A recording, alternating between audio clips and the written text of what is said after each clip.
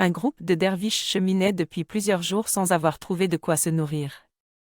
Le ventre creux, les religieux rêvaient plus de nourriture terrestre que d'élévation spirituelle. Soudain, un éléphanteau passa près d'eux et traversa le chemin.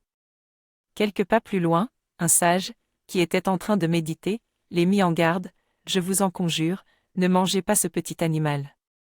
Vous risqueriez de le regretter amèrement. » Les derviches, offusqués, lui répondirent qu'une telle idée ne leur était jamais venue à l'esprit.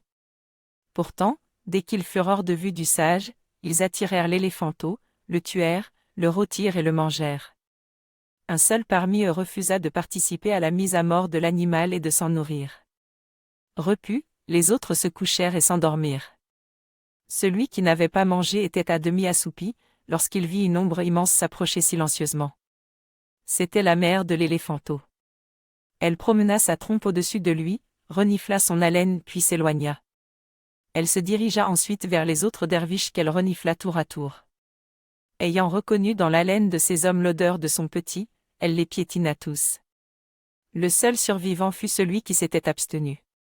Cette histoire de Rumi peut s'interpréter de deux façons différentes. La première interprétation serait: lorsque tu te salis intérieurement, cette saleté transparaît à l'extérieur de toi et te détruit.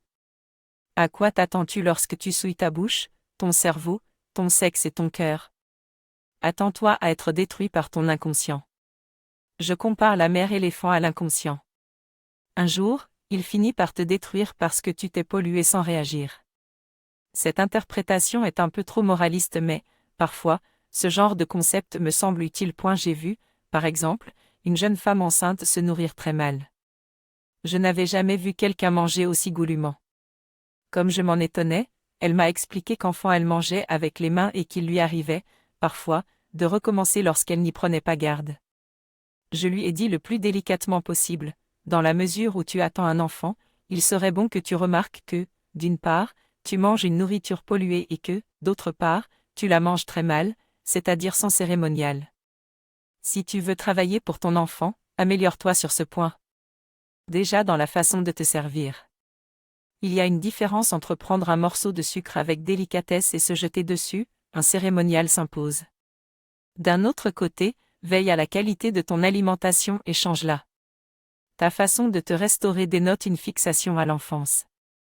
Tant que tu continueras à manger ce que tu as mangé pendant ton enfance, non pas parce que cela te nourrit mais parce que tu gardes une attache affective à la nourriture primitive, tu n'arriveras pas à sortir de ton angoisse.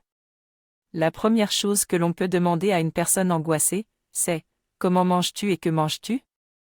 Sois conscient de cet aspect matériel de ta vie.